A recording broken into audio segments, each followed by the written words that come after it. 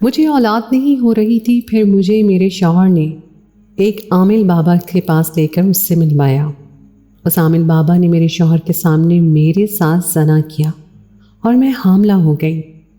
پھر جب میرا بچہ پیدا ہوا تو دیکھ کر ڈاکٹر کی چیخیں نکل گئیں۔ وہ بچہ تو میں عامل بابا کے حجرے میں نیم برہنہ حالت میں پڑی تھی۔ میری آنکھیں رو رو کر سرخ انگارہ ہو چکی تھیں اور چیخ چیخ کر میرے گلے میں کانٹے پڑنے لگے تھے۔ میں اذیت کے جن لمحات سے گزری تھی وہ ناقابل بیان تھے۔ یہ اذیت میں نے اکیلے نہیں اٹھائی تھی، وہ شخص بھی میرے ساتھ موجود تھا جس پر بھروسہ کر کے میں نے اپنی ساری زندگی اس کے نام پر سونپ دی تھی۔ کچھ گھنٹوں کا کھیل تھا اور سب کچھ مٹی کا ڈھیر بن گیا۔ وہ خوبصورتی، وہ خوش قسمتی جس پر مجھے بڑا مان تھا، سب کا سب ختم ہو کر رہ گیا تھا۔ میں نے بہت مشکل سے اپنے بکھرے وجود کو سمیٹا اور چھوٹے چھوٹے لڑکھڑاتے قدموں سے اس تنگ و تاریک کمرے سے نکل کر باہر چلی آئی۔ میرا شوہر بھی میرے پیچھے پیچھے تھا، لیکن نہ ہی مجھے اس سے کوئی غرض رہی تھی اور نہ ہی میں پلٹ کر اس کا چہرہ دیکھنا چاہتی تھی۔ میں تو شاید زندگی بھر اپنا چہرہ بھی نہیں دیکھ سکتی تھی۔ جو کچھ میرے ساتھ ہو چکا تھا وہ ساری زندگی ایک کسک بن کر میرے ساتھ رہنے والا تھا۔ یہ زخم تو سالوں بعد بھی نہیں بھر سکتا تھا۔ میرے دل و دماغ پر وہی منظر کسی فلم کی طرح چل رہا تھا جو کچھ دیر پہلے تک میں اپنی ذات پر جھیل رہی تھی۔ اس انسان نما حیوان نے جس طرح مجھے اپنی ہوس کی بھینٹ چڑھایا تھا، میں ان لمحوں کی قید سے کبھی آزاد نہیں ہو سکتی تھی۔ میرا شوہر پیچھے سے مجھے آواز دے رہا تھا، وہ مجھے روکنا چاہتا تھا، سنبھالنا چاہتا تھا، لیکن میں کیسے سنبھل سکتی تھی؟ میں تو ٹوٹ کر بکھر چکی تھی۔ وہ تیزی سے میرے قریب آیا اور مجھے بازو سے پکڑ کر کہنے لگا، شرمین، ایک دفعہ میری بات تو سن لو، خود کو سنبھالو، اپنا حلیہ ٹھیک کرو۔ تم کس طرح سے یہاں سے باہر نکل رہی ہو؟ اپنے آپ پر نظر تو ڈالو۔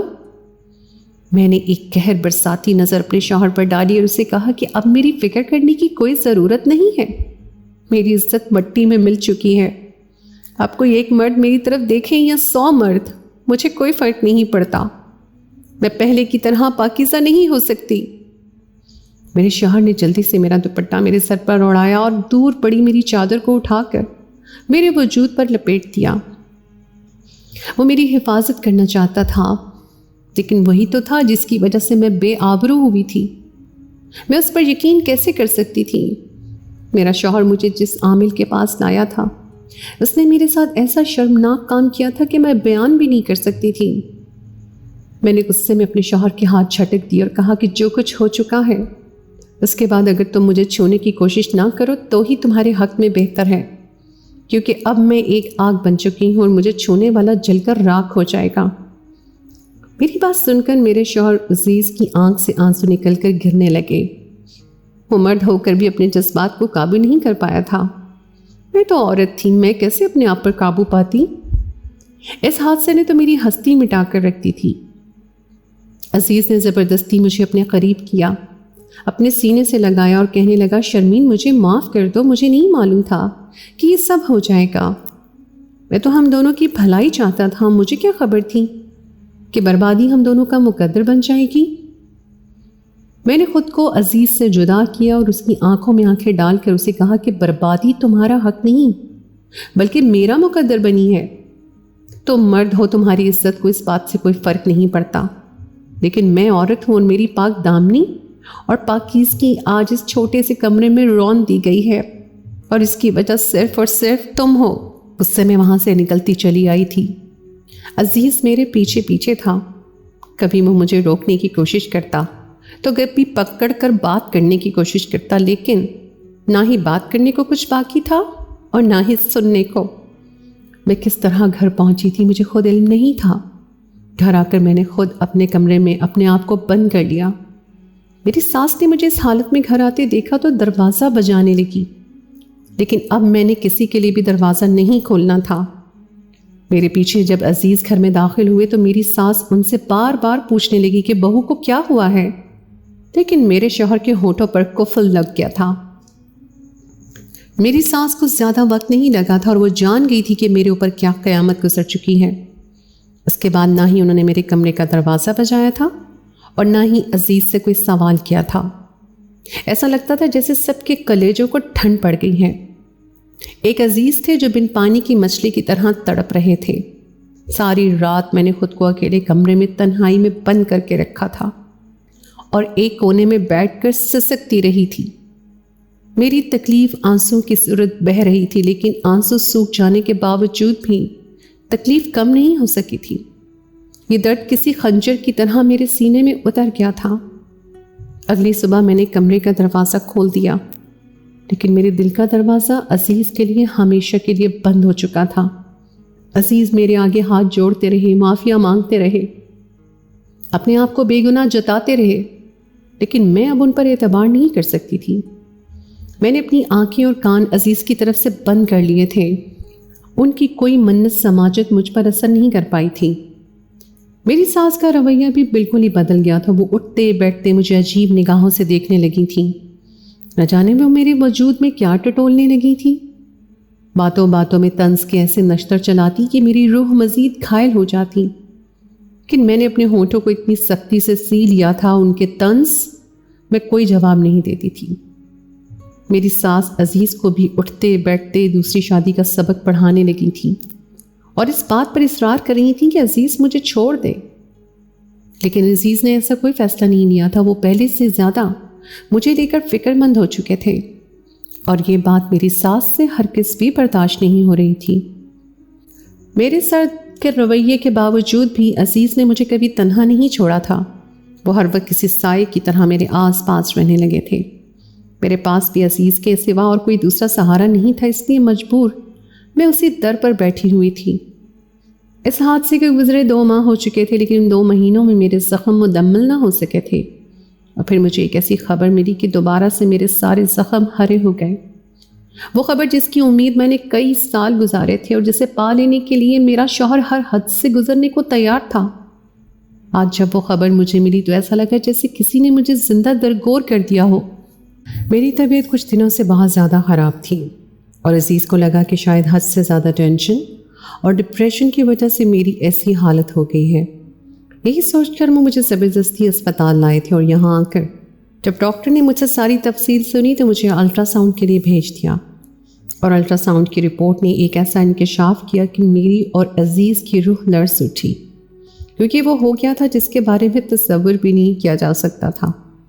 میں ہکا بکا ڈاکٹر کی شکل دیکھ رہی تھی۔ پچھلے 4 سال سے میں نے اولاد کی خواہش میں کیا کیا جتن نہیں کیے تھے، لیکن خدا نے میری گود نہیں بھری تھی، اور ایک رات کی عصمت دری نے مجھے وہ خبر سنوا دی تھی کہ جس کے سننے کے بعد میرے جینے کی خواہش بھی دم توڑ گئی تھی۔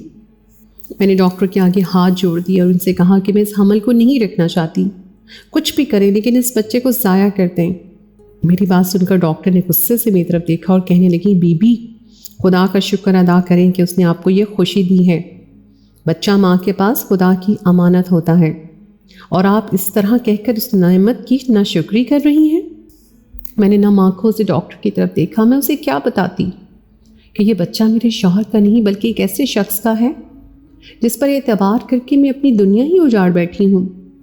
ڈاکٹر کہنے لگی کہ اس طرح بچہ ضائع کروانا گناہ بھی ہے اور غیر قانونی بھی۔ ہمارے اسپتال میں ایسا کوئی کام نہیں ہوتا ہے، اور میں آپ کو مشورہ دوں گی کہ جس طرح آپ کی صحت ہے آپ اس بارے میں ہرگز بھی نہ سوچیے گا۔ میں تھکی ہاری مردہ قدموں سے باہر نکل آئی تھی۔ عزیز کے چہرے کا رنگ بھی اڑا ہوا تھا۔ یہ خبر جتنی میرے لیے قیامت خیز تھی، عزیز کے لیے بھی اتنی ہی تکلیف دہ تھی، کیونکہ میں ان کی بیوی ہونے کے باوجود کسی اور کے بچے کی ماں بننے والی تھی۔ لیکن مجھے عزیز کی حالت پر بالکل بھی ترس نہیں آیا تھا، کیونکہ آج جو کچھ بھی میرے ساتھ ہو رہا تھا اس کی وجہ آخرکار وہی تو تھے۔ میں نے گھر پہنچتے ہی سارا سامان توڑنا شروع کر دیا تھا۔ میں اس قدر ذہنی صدمے میں تھی کہ مجھے کچھ بھی صحیح اور غلط سمجھ نہیں آ رہا تھا۔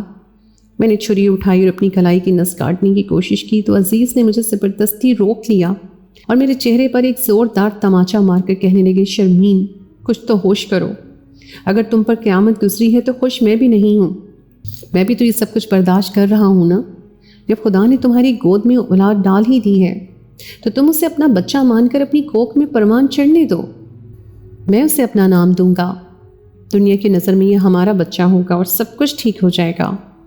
لیکن اگر تمہاری ایسی ہی حالت رہی تو جو کچھ تم پر بیت گیا ہے دنیا اس سے واقف ہو جائے گی اور پھر تمہیں زندگی بھر کبھی یہ بات بھولنے نہیں دے گی۔ تم کیوں خود کا اور میرا تماشا بنوانا چاہتی ہو؟ عزیز کی بات سن کر میں نے دکھ سے ان کی طرف دیکھا اور کتنی آسانی سے کہہ رہے تھے کہ میں اس بچے کو اپنے اندر پلنے دوں، جبکہ یہ بچہ مجھے سوائے ان تکلیف میں لمحات کے اور کچھ یاد دلانے والا نہیں تھا۔ میں نے عزیز کو نفرت سے دیکھا اور اپنے کمرے میں پھر سے بند ہو گئی۔ وہ زخم جو کچھ بڑھنے لگا تھا ایک دفعہ پھر پوری طرح تازہ ہو کر رسنا شروع ہو گیا تھا۔ جیسے جیسے دن گزر رہے تھے میرے وجود میں آنے والی تبدیلی مجھے اس رات کی یاد کروا رہی تھی، اور میں نے فیصلہ کر لیا تھا کہ میں اس بچے سے جان چھڑوا کر اپنے آپ کو ان لمحات کی قید سے آزاد کروا لوں گی۔ عزیز کو بنا بتائے ایک دن میں گھر سے نکل آئی اور ایک چھوٹے سی کلینک پہنچ گئی جس کے بارے میں مجھے معلوم تھا کہ وہاں پر غیر قانونی طور پر بچوں کو ضائع کیا جاتا ہے۔ وہاں ڈاکٹر کے نام پہ ایک عورت بیٹھی تھی جو دیکھنے میں ہی دائی معلوم ہو رہی تھی۔ اس نے میری رپورٹ دیکھ کر اور مہینوں کا حساب لگا کر بتایا کہ گولیوں کے ذریعے آسانی سے میرا حمل ضائع ہو سکتا ہے۔ اس نے مجھے کچھ گولیاں دی اور انہیں کھانے کا طریقہ بھی بتا دیا۔ میں خوش تھی کہ اس طرح اس بچے سے میری جان چھوٹ جاتی۔ میں گھر آ کر ان گولیوں کو عزیز سے چھپا چھپا کر استعمال کرنے لگی تھی، لیکن 15 دن میں ہی میری طبیعت بہت زیادہ خراب ہو گئی، اور جب عزیز مجھے ڈاکٹر کے پاس لے کر گئے تو اس نے سختی سے عزیز کو کہا کہ اگر آپ کی بیوی نے آئندہ اس طرح کی کوئی حرکت کی اور ایسی دوائی استعمال کی تو انہیں اپنی جان سے ہاتھ دھونا پڑے گا۔ ڈاکٹر کی بات سن کر عزیز کی جان نکل گئی، اور گھر آ کر انہوں نے مجھ سے ساری دوائیں چھین کر پھینک دیں اور میرے گھر سے نکلنے پر بھی پابندی لگا دی۔ وہ بہت زیادہ غصے میں آ گئے تھے۔ میرے دل میں تو پہلے ہی ان کے لیے کوئی جگہ باقی نہیں بچی تھی۔ ان کی اس حرکت سے میں مزید متنفر ہو گئی تھی۔ وہ مرد تھے اور میرے نزدیک انہیں نہ ہی میرے دکھ کا اندازہ ہو سکتا تھا اور نہ ہی وہ میری تکلیف کو محسوس کر سکتے تھے۔ ان کی لگائی گئی پابندیوں کے بعد میں خاموشی سے دن گزارنے لگی۔ عزیز جب بھی مجھے ہسپتال لے جانے کی بات کرتے یا چیک اپ کا کہتے، میں نفرت سے منہ پھیر لیتی، اور ان 9 مہینوں میں نے ایک دفعہ بھی اسپتال کا رخ نہیں کیا۔ میری سانس بھی اب پوری طرح خاموش ہو گئی تھی، کیونکہ عزیز نے ان کو بھی بہت کچھ کہہ سنایا تھا۔ یہ 9 مہینے میں نے سولی پر لٹک کر گزارے تھے، نہ ہی اپنی صحت کا خیال رکھا اور نہ ہی کوئی دوا استعمال کی۔ ہر وقت میں اس بچے کی موت کی دعا مانگا کرتی، کیونکہ میں اس بچے سے اندیکھی نفرت کرنے لگی تھی۔ اور 9 مہینے بعد جب تکلیف کی شدت سے میں تڑپنے لگی تو میری ساس اور عزیز مجھے لے کر اسپتال بھاگے۔ ڈاکٹر نے بتایا کہ پیدائش کا وقت آ چکا ہے۔ میں ایک تکلیف دہ عمل سے گزر کر ایک بچے کو پیدا کر چکی تھی، اور جیسے ہی بچہ پیدا ہوا تو ڈاکٹر کی چیخیں نکل گئیں، کیونکہ میرا بچہ تو مجھے اپنی آنکھوں پر یقین نہیں آ رہا تھا کہ میں نے ایسے بچے کو جنم دیا ہے۔ اور جب ڈاکٹر نے عزیز کو بلا کر بچہ اس کی گود میں ڈالا تو عزیز کی بھی جان نکل گئی۔ وہ پھٹی پھٹی نگاہوں سے کبھی میری طرف دیکھتا تو کبھی بچے کی طرف۔ میری آنکھوں سے زاروں قطار آنسو ٹپک رہے تھے۔ مجھ پر ایک نیا ستم کا پہاڑ ٹوٹ پڑا تھا۔ نہ جانے مجھ سے ایسا کون سا گناہ ہوا تھا جو آزمائشوں کا دریا پار ہی نہیں ہو رہا تھا۔ اور جیسے ہی میری ساس نے بچے کو دیکھا تو ایسا ہنگامہ کھڑا کیا کہ سارا اسپتال ہی ہل گیا۔ یہ جان کر آپ کے بھی رونگٹے کھڑے ہو جائیں گے کہ میں نے جس بچے کو جنم دیا تھا وہ کیسا تھا۔ میرا نام شرمین ہے اور میرا تعلق پنجاب سے ہے۔ میں بہت چھوٹی سی تھی جب میرے ماں باپ کی طلاق ہو گئی تھی۔ میرے باپ نے مجھے میری ماں کے ساتھ گھر سے باہر نکال دیا تھا، اور میری نانی نے مجھے اپنے گھر رکھ کر میری ماں کی دوسری شادی کروا دی تھی۔ میں بچپن سے ایک ایسا وجود بن گئی تھی جسے کوئی بھی قبول نہیں کرنا چاہتا تھا۔ میری نانی نے بھی اپنی بیٹی کا گھر بسانے کے لیے مجھے اپنے پاس رکھ لیا تھا، لیکن ان کے اندر مجھے پالنے کی ہمت نہیں تھی۔ ان کی بوڑھی ہڈیاں اپنا ہی بوجھ اٹھانے کے قابل نہیں تھیں، اور اسی لیے میں ماموں اور مامی کے رحم و کرم پر آ گئی تھی۔ مامی نے میرے ساتھ ایسا سلوک کیا جیسے کوئی کسی کے ساتھ نہیں کر سکتا۔ میری عمر مامی کے بچوں کے برابر ہی تھی، لیکن نہ ہی انہوں نے میرا اسکول میں داخل کروایا تھا اور نہ ہی مجھے زندگی کی کوئی آسائش حاصل ہونے دی تھی۔ ان کے نزدیک میں ایک مفت کی نوکرانی تھی۔ 10 سال کی عمر سے ہی میں نے گھر کے کام شروع کر دیے تھے اور 12 سال کی عمر میں کھانا پکانا بھی سیکھ چکی تھی۔ میرا حال ایسا تھا کہ مجھے آئینہ دیکھنے کی فرصت بھی نہیں ملتی تھی۔ میری وہ ماں جس نے مجھے جنم دیا تھا دوسری شادی کے بعد اپنی زندگی اور دوسرے شوہر کے بچوں میں ایسی مصروف ہوئی کہ اس نے پلٹ کر بھی میری خبر نہ لی۔ بچپن سے ہی محرومی کا احساس لیے میں اپنی نانی کے گھر کی نوکرانی بنی ہوئی تھی اور پھر ایسے ہی جوانی کی دہلیز پار کر گئی۔ جیسے جیسے میں جوان ہوئی، خوبصورتی خود بخود میرے وجود کا حصہ بن گئی اور یہ بات میری مامی کی نظروں میں آ گئی۔ مامی نے میرا گھر سے نکلنا، مہمانوں کے سامنے آنا اور چھت پر جانا تک بند کروا دیا تھا۔ انہیں ڈر تھا کہ کہیں ان کی مفت کی نوکرانی دنیا کی نظروں میں آ کر ان کے ہاتھ سے نہ نکل جائے۔ مامی کا سارا وقت صرف مجھے کوسنے اور مجھ پر نظر رکھنے میں گزر جاتا اور ایسے میں انہیں اپنی اولاد پر دھیان دینے کا بھی وقت نہ ملتا۔ مامی کے بچے حد سے زیادہ بگڑ چکے تھے، لیکن مامی کو اس بات کا احساس نہیں تھا۔ اور پھر ان کی بیٹی رومی کا رشتہ مامی نے اپنی بہن کے بیٹے عزیز سے طے کر دیا، لیکن بارات والے دن رومی نے گھر سے بھاگ کر مامی کے منہ پر کالک پوتی تھی۔ بارات دروازے پہ کھڑی تھی اور رومی کا اتا پتہ نہیں تھا۔ مجبوراً مامی نے مجھے رومی کی جگہ گھونگھٹ ڈال کر بٹھایا اور اپنی عزت کا پاس رکھ لیا۔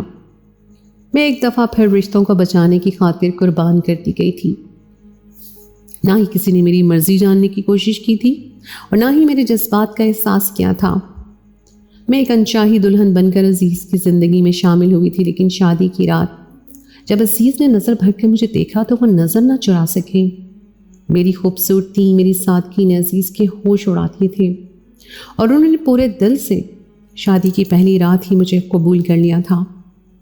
میں نے سوچا بھی نہیں تھا کہ مجھے اتنا محبت کرنے والا شوہر نصیب ہو جائے گا۔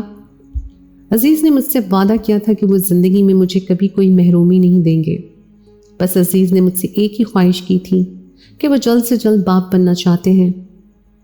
انہیں بچے بہت پسند ہیں۔ وہ چاہتے تھے کہ ہماری زندگی اور ہمارے رشتے کو بچے کی موجودگی اور مضبوط کر دے، لیکن میری آزمائشوں کا سلسلہ ختم ہی نہیں ہوا تھا اور شادی کے بعد سال پر سال ایسے ہی گزرتے چلے گئے۔ ایک بچے کے پیچھے 4 سال گزر گئے اور میں حاملہ نہ ہو سکی۔ ان 4 سالوں میں عزیز مجھے لے کر نہ جانے کتنے ڈاکٹروں کے پاس جا چکے تھے۔ ہم دونوں نے کتنے ہی ٹیسٹ کروائے تھے اور کتنی ہی دوائی کھائی تھی، لیکن کوئی حل نہ ہو سکا۔ اور پھر ایک دن عزیز کی پھپھو ہمارے گھر آئیں تو وہ کہنے لگیں کہ تم دونوں کو تو چاند سورج کی جوڑی کہا جا سکتا ہے، کسی کی بد نظری سے اولاد نہیں ہو رہی ہے، تو تم لوگ کوئی روحانی علاج کیوں نہیں کرواتے؟ ان کی بات عزیز کے دل کو بھا گئی اور کہنے لگے یہ تو آپ ٹھیک کہہ رہی ہیں، واقعی اس طرف میرا دھیان نہیں کیا۔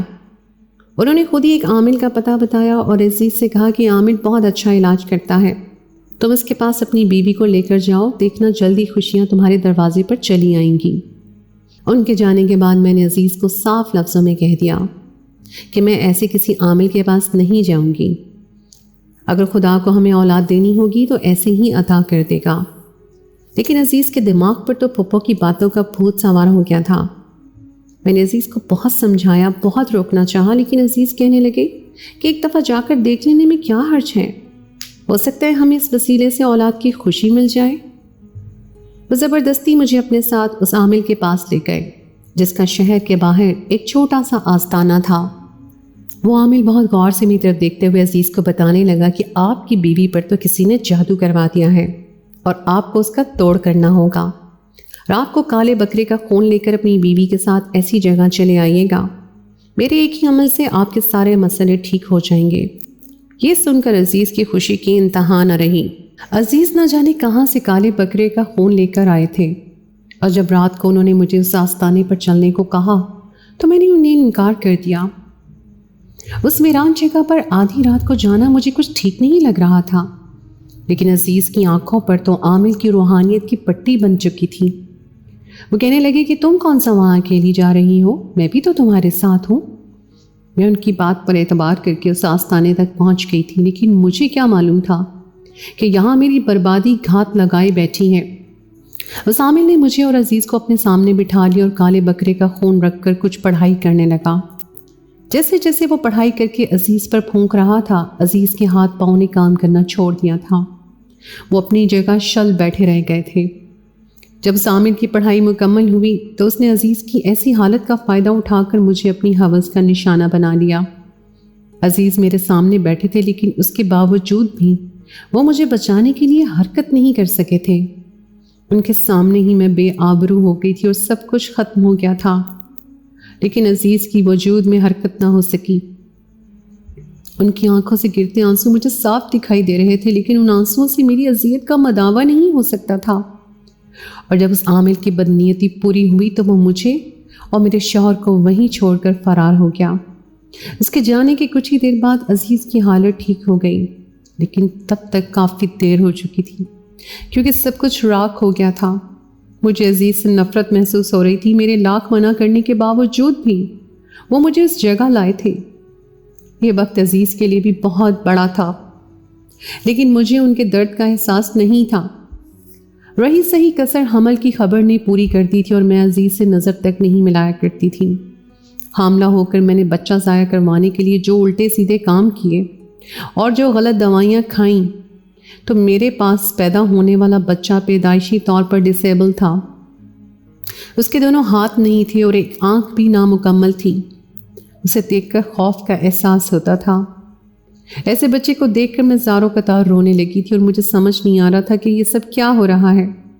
عزیز کہنے لگے کہ خدا نے تمہاری جھولی میں اولاد ڈالی تھی اور تم نے سارا بدلہ اس معصوم بچے سے نکال لیا۔